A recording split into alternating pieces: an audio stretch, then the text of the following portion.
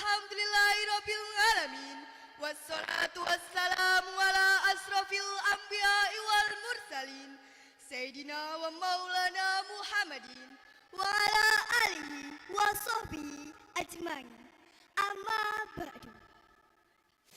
Segenap dewan juri yang saya hormati, pertama dan paling utama, marilah kita panjatkan puji syukur kehadirat Allah Subhanahu wa Ta'ala, Tuhan Maha Pengasih tak pilih kasih, yang Maha Penyayang tak pandang sayang, yang Maha Tahu tanpa diberitahu, yang Maha melimpahkan nikmat, sehat dan sempat, sehingga kita masih bisa bersalam sapa, bertatap muka, duduk bersama di tempat ini yang insya Allah penuh barokah. Alhamdulillah. Salawat dan salam semoga senantiasa tercurahkan kepada Nabi Agung Muhammad Sallallahu Alaihi Wasallam, sang utusan Allah yang membawa lentera di tengah gelap gulita. Teman-teman, adakah yang tidak menyukai stroberi? Buah merah mungil dan merona ini punya rasa khas manis dan segar. Namun, di balik lezatnya rasa, stroberi adalah buah yang rapuh. Hal ini menjadi istilah yang menggambarkan generasi muda yang kreatif, inovatif, dan berpikir kritis. Namun, ia juga dianggap generasi yang lemah, mudah menyerah, dan gampang pasrah. Karena hal tersebut, izinkanlah saya, Ganita Ainun Mahya, untuk berbagi alarm diri tentang semangat menuntut ilmu pada generasi stroberi. Generasi stroberi adalah ia yang lahir dan dibesarkan di era digital dan memiliki karakteristik unik. Tumbuh dan berkembang dalam lingkungan yang serba cepat, serba instan, dan serba terhubung. Dalam menuntut ilmu di era modern, generasi ini menjadi yang terpiawai dalam akses sumber ilmu dimanapun dan kapanpun. Tetapi karena hal ini juga mereka dianggap terlalu bergantung pada teknologi, sehingga membuat mereka seolah-olah menggampangkannya. Lalu bagaimana mengarahkannya ke lebih produktif? Dewan juri yang saya hormati, segala sesuatu di dunia ini harus diniatkan ibadah. Salah satu bentuk ibadah adalah tekun menuntut ilmu. Ilmu itu bekal, modal untuk kita bertambah akal, untuk selama di dunia dan akhirat. Kita bisa bayangkan bagaimana kehidupan kita saat ini tanpa adanya ilmu. Negara kita akan kacau balau, orang-orangnya akan merasa galau, duduk termenung di pinggir danau, dan lebih segar sambil minum es cincau. Sobat Muslim yang dimuliakan Allah, sebuah kisah menarik terjadi ketika Nabi Sulaiman diberi 3 pilihan. Hei Sulaiman, kata Allah, engkau hendak memilih yang mana? Ilmu, harta, atau kekuasaan?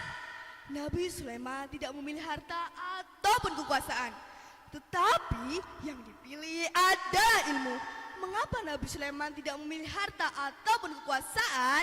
Ada yang tahu tidak? Karena dengan ilmu, Nabi Sulaiman mampu mendapatkan harta yang melimpah dan istana yang megah.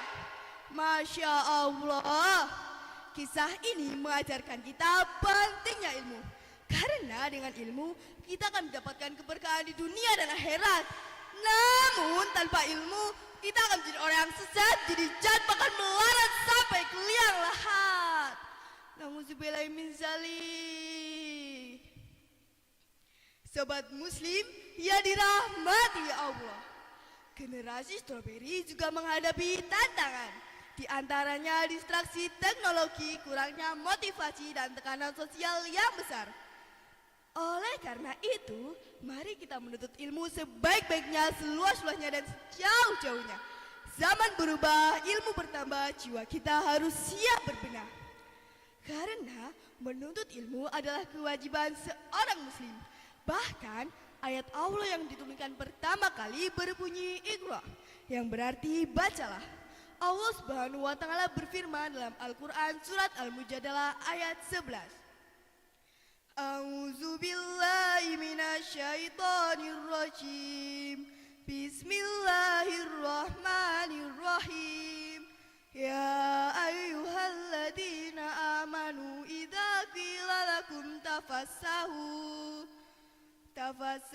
fil majalisi fafsahu yafsahillahu lakum.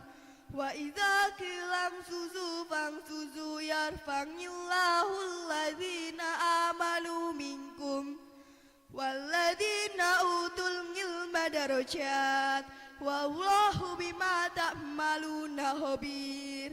Artinya, hai orang-orang yang beriman, apabila dikatakan kepadamu berlapang-lapanglah dalam majlis, maka lapangkanlah. Niscaya Allah akan memberikan kelapangan untukmu. Dan apabila dikatakan berdirilah kamu, maka berdirilah. Niscaya Allah akan meninggikan derajat orang-orang yang beriman di antaramu dan orang-orang yang diberi ilmu pengetahuan beberapa derajat. Dan Allah Maha mengetahui apa yang kamu kerjakan. Sobat muslim yang dimuliakan Allah, menuntut ilmu tidak mengenal generasi. Generasi stroberi mungkin rapuh, tapi ia butuh diperkuat setiap waktu, setiap hari, terus malas diri. Sama dengan long life education yang artinya pendidikan seumur hidup, serta dapat mengingat nasihat. Urip iku terus melaku, bebarengan karo waktu sing bisa ngolakumu supaya apik nasibmu. Sobat muslim yang dirahmati Allah, demikian pengingat yang dapat saya sampaikan. Ada kebenaran itu datangnya dari Allah Subhanahu wa Ta'ala, dan ada kesalahan itu datangnya dari diri saya. Kayu patah di atas papan, jika saya salah, mohon dimaafkan. Wabillahi taufiq wal hidayah, waridho wal inayah. Wassalamualaikum